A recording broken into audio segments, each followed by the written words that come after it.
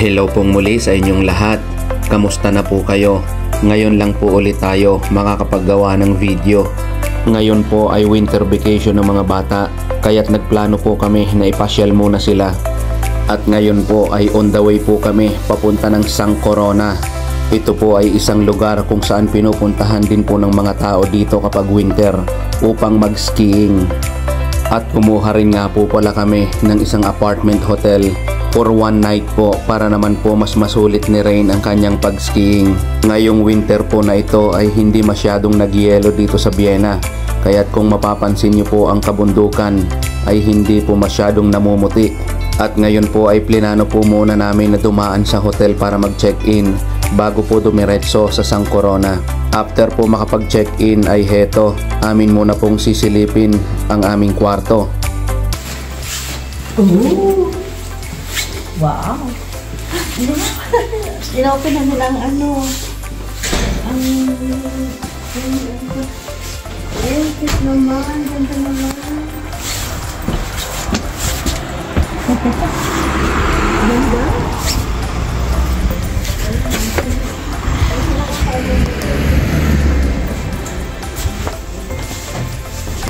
Ang TV yan daw.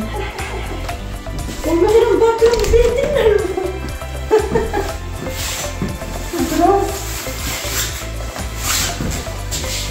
Uy! Wala pang hindi ko pa nalagay. Hindi ko na po naipakita sa inyo ng maayos ang room, pero napakaganda po at may kusina din po yon. At ngayon po ay on the way na po kami papunta doon sa bundok sa Sang Corona. At ito po ay 9 minutes drive pa po simula dito sa hotel. Ito na po ang pinakamalapit na nakuha namin kasi punuan po sila ngayon. At hindi nga po nagtagal at heto, narating na po namin ang Sang Corona. Talagang konti lang po ang yelo ngayon.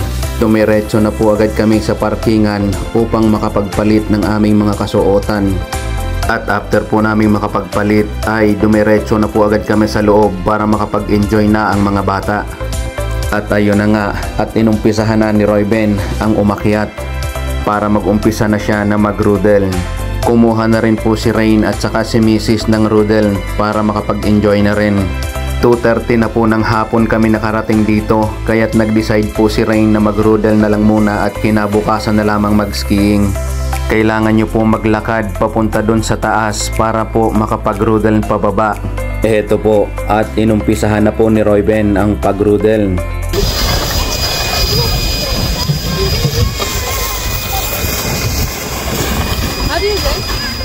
Cool!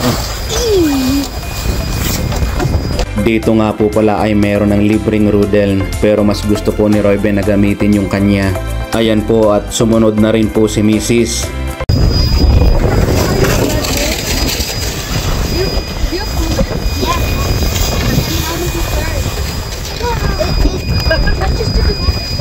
At ako po ay sumama na rin po paakyat para na rin po makapag-enjoy. Meron din nga po palang sakayan, ngunit yung sakayan na yon ay hindi po makakarating doon sa bandang taas, kaya't kailangan nyo pa rin po maglakad. Heto po, at magsasabay-sabay po kaming tatlo ni Mrs. at Royben na mag-slide.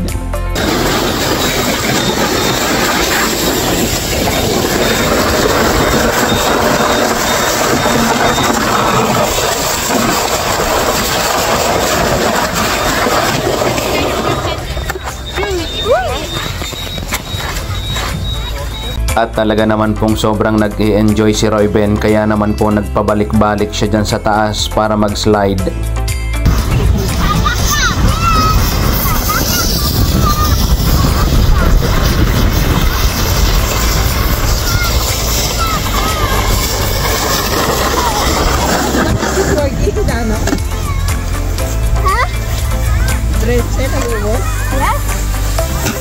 Heto po, at sila naman pong tatlo ni Rain ang mag-i-slide.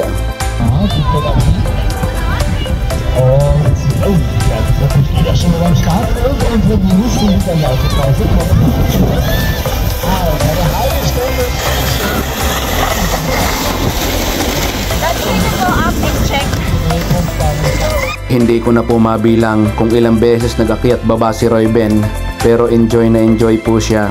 At syempre, pati po si Rain at si Mrs. ay talagang sobrang nag-enjoy na rin. At maya-mayang kaunti ay niyaya ko po si Rain na maglakad-lakad dito sa may bandang taas.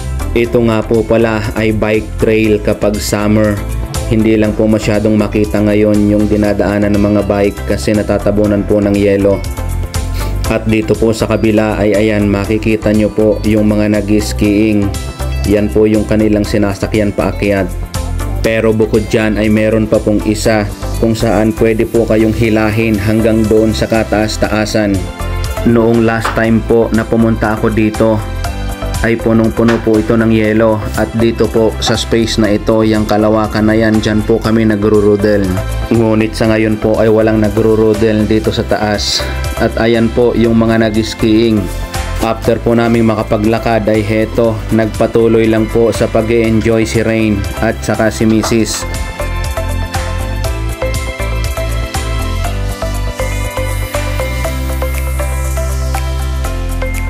Sa mga oras po na ito ay hindi na ganon karaming tao, at napagdesisyonan po ni Mrs. na umarkila ng pang-skiing at para magpaturo po kay Rain. Eto po, at tinuturo na po ni Rain kay Mrs. kung papaano po ang tamang posisyon at syempre ang pagpreno na rin. Eto nga po, at nag-umpisa na si Mrs. at inaalalayan po siya dyan ni Rain.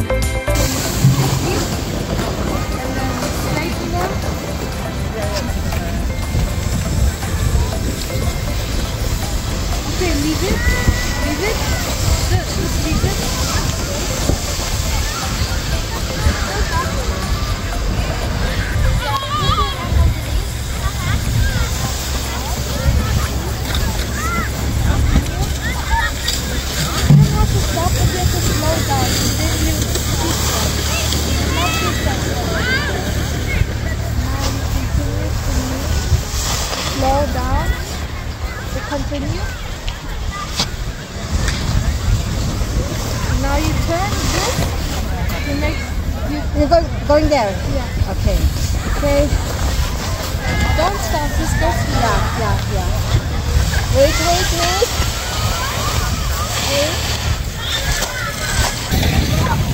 Straight lang.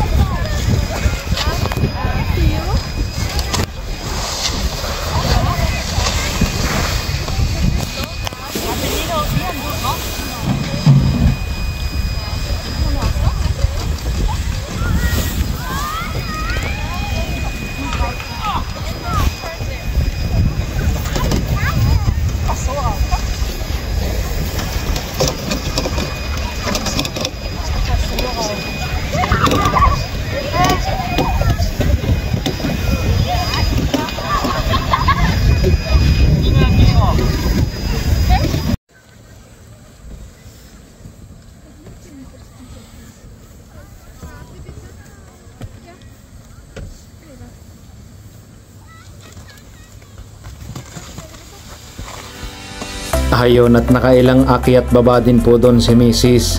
At ngayon po ay si Rain naman po ang susubok.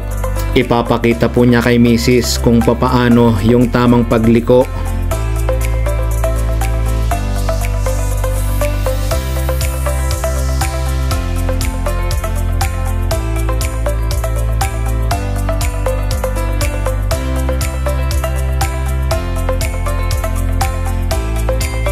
Ayun, at nakailang beses din po naakyat baba dyan si Rain.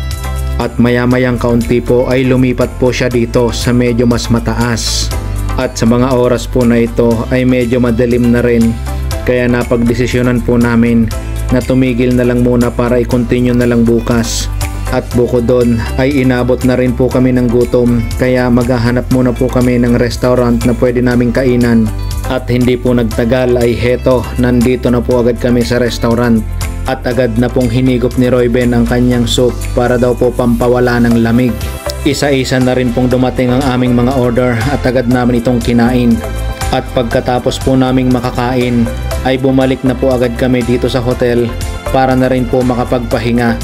Ngayon pa nga lamang po pala makikita ng mga bata ang kwarto namin dahil hindi sila umakyat kanina. What? It smells like...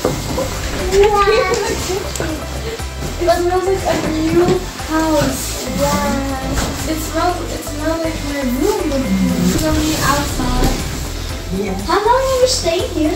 Ayun, at gusto pa po sana ni Royben ng matagal na pagstay dito, ngunit gipit na po kami sa panahon. Hanggang dito na lamang po ang aming video. Maraming salamat po and God bless sa ating lahat.